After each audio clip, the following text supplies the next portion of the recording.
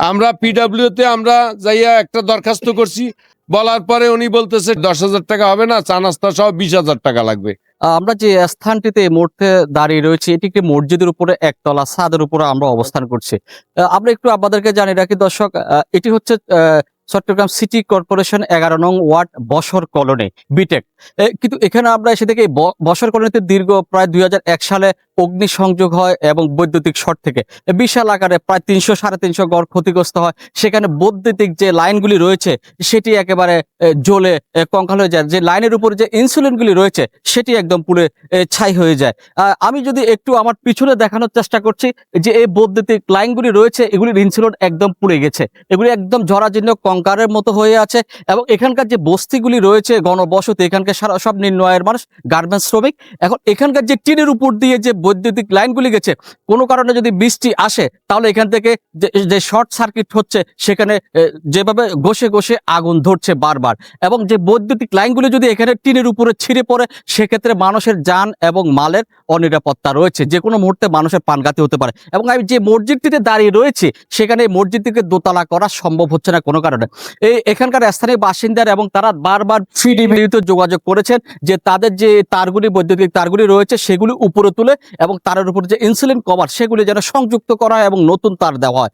সিডিবির কিছু অসাধু কর্মকর্তা এখানকার যে মসজিদ কমিটি এবং স্থানীয় রয়েছে তাদের কাছে কিছু অর্থ দাবি করেছেন, তারা সেই অর্থ দিতে রাজি হয়েছেন, কিন্তু তারা অফিসে গিয়ে তাদের যে অর্থের পরিমাণ সেটা আরো বৃদ্ধি করেছে, যে এখানকার মানুষের পক্ষে সম্ভব হচ্ছে না এত অর্থ দিয়ে এখানকার যে বৈদ্যুতিক তারগুলি সেগুলি পরিবর্তন করবে। কিন্তু তারা বৈদ্যুতিক যে বিল রয়েছে তারা প্রতি মাসে তাদের বিল পরিশোধ করছেন, যে ধরনের ইনকাম ট্যাক্স সেগুলি দিচ্ছেন এবং চট্টগ্রাম সিটি কর্পোরেশনকে ট্যাক্স দেওয়া সেটিও তারা দিচ্ছেন, কিন্তু তারা সেবার মান থেকে সুবিধা বঞ্চিত হচ্ছেন।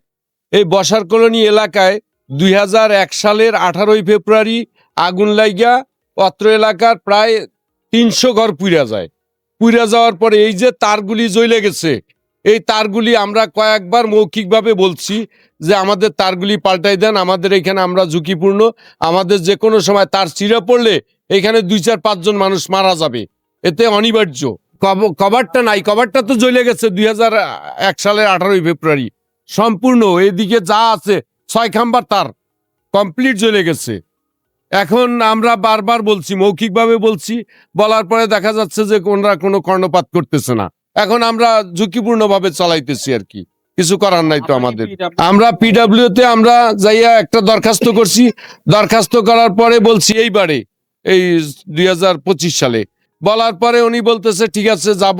আসছে, আইসা দেখছে, দেখার পরে বলতেছে ঠিক আছে 10,000 টাকা দেবেন। এরপরে আমি বললাম ঠিক আছে, একটা অ্যাঙ্গেল লাগবে, বলতেছে পোল লাগবে একটা, এই রকমের একটা অ্যাঙ্গেল লাগবে, বলতেছে 10,000 টাকা দিলে হবে। আমি বলছি আচ্ছা ঠিক আছে দিব। এরপরে আবার ফোনে বলতেছে যে তার 10,000 টাকা হবে না, চা নাস্তা সহ 20,000 টাকা লাগবে। আমি বলছি ঠিক আছে দিব, কিন্তু তারগুলি পাল্টাই দেন আমাদের। এরপরে যখন অফিসে গেছে, অফিসে পাঠাইছি আমার ভাইপুতেরে, তখন বলতেছে 35,000 টাকা লাগবে, নইলে আমরা যাইতে পারবো না। আমাদের জন্য, আমাদের এখানে মুসল্লির জন্য অনেক সমস্যা হচ্ছে। দ্বিতীয় কথা, আমাদের এখানে গণবসতির কারণে এখানে বেশিরভাগই তো টিনের ঘর, অনেকবারই তার ছিঁড়ে পড়ছে। আমাদের এখানে ইলেকট্রিশিয়ান একজন ছিল, উনি থাকার কারণে হয়তো আমরা বেঁচে গেছি। এরকম বারবার 2-3 বার আমাদের এখানে তার ছিঁড়ে পড়ছে। তার ছিঁড়ে পড়ার কারণে অনেক দুর্ঘটনা ঘটার সম্ভাবনা আছে এখনো। ঠিক আছে, এই জন্য আমরা আপনার কর্তৃপক্ষের কাছে আবেদন করি যেন আমাদের তারগুলো অতি সত্ত্বে সেট করে দেওয়া হয়। 2001 সালে আমাদের এখানে বড় ধরনের একটা আগুন লাগার কারণে আমাদের এখানে ঘর বাড়ি হতে শুরু করে মানুষের যাবতীয় সবকিছু নষ্ট হয়ে যায়। এতে করে বিদ্যুতের যে তার ওগুলো সব নষ্ট হয়ে যায়। এরপর আমাদের এখান থেকে আমাদের সম্মানিত ব্যক্তিবর্গরা সবাই বিদ্যুৎ অফিসে যায়, এগুলো নিয়ে আলোচনা করে, ওনাদেরকে বিশেষভাবে অনুরোধ করে এগুলো ঠিক করার জন্য, কিন্তু এর কোনো প্রতিকার আমরা পাইনি এখন পর্যন্ত। এখানে আপনি দেখেন, এখানে প্রত্যেকটা লাইন একটার উপর একটা, প্রত্যেকটা খাম্বায় যেতুগুলা লোড নেওয়ার কথা তার চেয়েও অনেক বেশি এখানে লোড দেওয়া আছে, যার কারণে প্রত্যেকটা ঘর বাড়ির উপরে আপনার লাইনগুলা ঝুলে পড়ছে।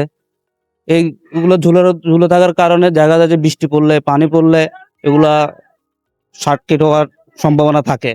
এতে করে দেখা যায় যে আগুন লাগানোর সম্ভাবনা আরো ঝুঁকিপূর্ণ বেশি আর কি।